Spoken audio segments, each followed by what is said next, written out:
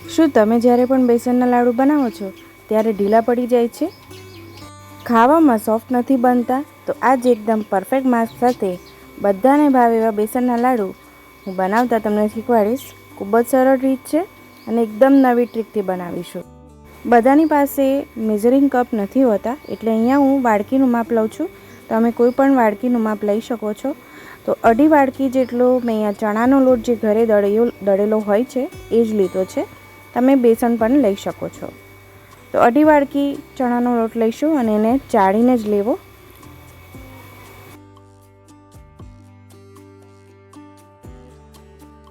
તો અહીં આપણે ધાબો આપવાનો છે, એટલે 4 ચમચી જેટલું ઘી લીધું છે અને જો ટેબલ સ્પૂનથી માપવું હોય તો 2 ટેબલ સ્પૂન જેટલું ઘી લેવાનું છે.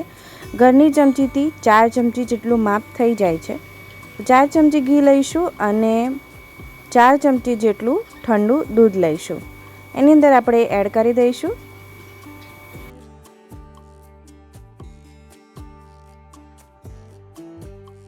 હવે બરાબર આપણે ચણાની લોટની અંદર આ ઘી અને દૂધ બરાબર મિક્સ કરવાનું છે. તો આ રીતના મિક્સ કરતાં મને લગભગ 2 થી 3 મિનિટનો સમય લાગશે અને બંને હાથની મદદથી આ રીતે મસળીને જ આપણે મિક્સ કરવાનું છે, જેથી પરફેક્ટ દાણાદાર ચણાનો લોટ આપણો તૈયાર થઈ જાય. 2-3 મિનિટ પછી તમે જોઈ શકો છો કે બધું મિક્સચર આપણું દાણેદાર તૈયાર થઈ ગયું છે. ઘી અને દૂધ સરસ મિક્સ થઈ ગયું છે. તો હથેળીની મદદથી આપણે થોડુંક આ રીતે થપથપાવી દઈશું અને ઢાંકીને મૂકી દઈશું. ત્યાં સુધી આપણે એક નવી ટ્રીક સાથે બુરુખાંડ તૈયાર કરીશું. તો બુરુખાંડ આપણે ઘરે જ બનાવીશું. જો તમારા ત્યાં અવેલેબલ હોય માર્કેટમાં તો તમે રેડીમેડ પણ લઈ શકો છો. તો 1 વાડકી જેટલી આપણે ખાંડ લેવાની છે અને 1/3 કપ જેટલું આપણે પાણી લઈ લેવાનું છે. તો લગભગ 5 ચમચી જેટલું પાણી. હવે એકદમ હાઈ ગેસ ફ્લેમ રાખીને આપણે ખાંડને ઓગાળી લેવાની છે અને બરાબર મિક્સ કરતું રહેવાનું છે. ગેસની ફ્લેમ હાઈ જ રાખવાની છે આપણે. બધાને પ્રશ્ન થતો હશે કે એના કરતાં ખાંડને મિક્સરમાં ક્રશ કરીને જ ના લઈ લઈએ, તો અહીં જ આપણે ભૂલ કરતા હોય છે. તો જો આ રીતથી કરતાં આપણે બુરુખાંડ લઈએ ને તો બુરુખાંડમાં જેટલો પણ ભેજનું પ્રમાણ હોય છે આ રીતથી કરવાથી બધો જ ભેજ ઉડી જતો હોય છે. એટલા માટે આપણા લાડુ સરસ બનતા હોય છે. તો આ રીતે વ્હાઈટ ટેક્સચર આવી જાય ને પછી આપણે 1 ચમચી ઘી અંદર એડ કરવાનું છે, જેથી જ્યારે બુરુખાંડ બને ને તો સરસ એવી એકદમ મલાઈ જેવી બનશે આપણી બુરુખાંડ. તો બુરુખાંડ આ રીતે ચાસણી કરીને જ બનાવવામાં આવતી હોય છે, જેથી એમાં રહેલો બધો જ ભેજ ઉડી જાય. અને ખાંડમાં જો એને મિક્સરમાં ક્રશ કરીને લેવામાં આવે ને તો એમાં ઘણું ખરું એવું ભેજનું પ્રમાણ રહી જતું હોય છે, જેથી લાડુમાં જ્યારે મિક્સ કરીશું ને તો લાડુ આપણે ઢીલા પડી જતા હોય છે. તો હવે આપણે જ્યારે આ રીતનું ટેક્સચર થઈ જાય પછી આપણે ગેસની ફ્લેમ બંધ કરી દેવાની છે અને બરાબર ચમચાની મદદથી મિક્સ કરતું જવાનું છે. તો તમે જોઈ શકો છો કે એનું જે ટેક્સચર છે એકદમ જાડું ઘટ થવા માંડ્યું છે અને વ્હાઈટ થવા માંડ્યું છે. તો 2 મિનિટ પછી તરત જ તમે જોઈ શકો છો કે એનું ટેક્સચર એકદમ કડક થઈ જશે, ઘાટું થઈ જશે. આ રીતનાનું થશે અને ચમચાથી તરત જ આપણે સતત હલાવતું રહેવાનું છે, જેથી આપણી બુરુખાંડ સરસ એવી છૂટી બને અને ગઠ્ઠા ન થઈ જાય. ગઠ્ઠા થઈ જશે ને તો મજા નહીં આવે.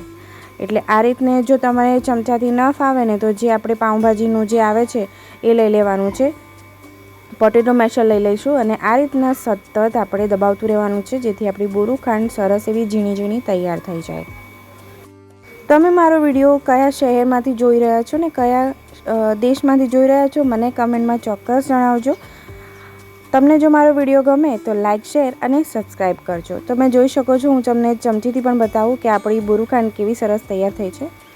તો આને થોડી ઠંડી થયા પછી આપણે ચાળી લઈ લઈશું, જેથી આપણે લાડુમાં મિક્સ કરીએ ને તો વચ્ચે વચ્ચે ખાવામાં ના આવે. બીજી બાજુ આપણો ધાબો જે બેસનને કે ચણાના લોટને દીધો હતો એ તૈયાર થઈ ગયો છે અને હવે એને ચાળણીની મદદથી ચાળી લેવાનો છે, જેથી એના બધા જે પણ મોટા નાના ગાંગડા છે એ બધા જ ભાગી જાય.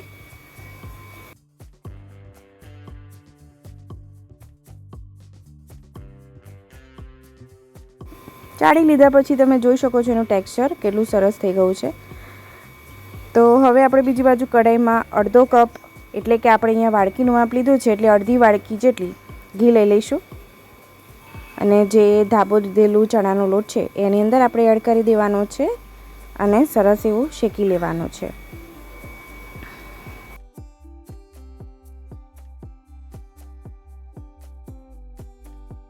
તો આ સ્ટેજ ઉપર એકદમ લો જ ગેસ રાખવાની છે. ગેસની ફ્લેમ એકદમ લો રાખીશું અને શેકીશું. જો વધારે ફ્લેમ રાખીશું તો બહારથી સરસ એવો કલર આવી જશે, પણ ખાતી વખતે કાચા લાગશે લાડુ. એટલે એકદમ ધીમા ગેસ ફ્લેમ ઉપર એકદમ આ રીતે લચકા પડતું ટેક્સચર થઈ જાય પછી આપણે એક થાળીમાં એને ઠંડુ કરવા માટે રાખી દેવાનું છે અને 4 થી 5 મિનિટ એને ઠંડુ થવા દેવાનું છે. અને હાથ અડીએ એટલે ગરમ આપણને લાગે એટલું જ થાય પછી જ આપણે આપણી બોરુખાણ એની અંદર એડ કરી દેવાની છે અને ચમચાની મદદથી સૌપ્રથમ પહેલાં મિક્સ કરીશું અને પછી હાથની મદદથી આપણે બરાબર એવું લોટ બાંધતા હોય એ રીતે આપણે મિક્સ કરવાનું છે, જેથી આપણી બોરુખાણ છે એ બધી જ બેસનની અંદર સરસ એવી મિક્સ થઈ જાય. અને જેવી આપણી બોરુખાણ અંદર મિક્સ થઈ જાય તરત જ આપણે લાડુ વણવાની તૈયારી કરી લેવાની છે અને એકદમ હાથથી દબાવીને આપણે લાડુ તૈયાર કરવાના છે. તમે જોઈ શકો છો આ રીતે આપણે બધા જ લાડુ તૈયાર કરી લઈશું. અને ડેકોરેશન માટે તમે ચારોળી અથવા તો કોઈ પણ ડ્રાયફ્રૂટ લઈ શકો છો. અહીંયા હું પિસ્તા લઉં છું અને ગુલાબની કતરનથી સરસ એવું ડેકોરેશન કરીશું. તો આંખોને ગમશે ને તો જીભને ચોક્કસ ભાવશે. તો આ રીતથી આપણે લાડુ તૈયાર કરજો. તમે પણ આ રીતે બનાવજો, બધાને ખૂબ જ ભાવશે. ખૂબ જ સરળ રીત છે. જે બિગિનર્સ હશે ને એ તો પહેલી જ વખત સરસ એવા લાડુ તૈયાર કરી લેશે. તમે ચોક્કસ બનાવજો. આવજો.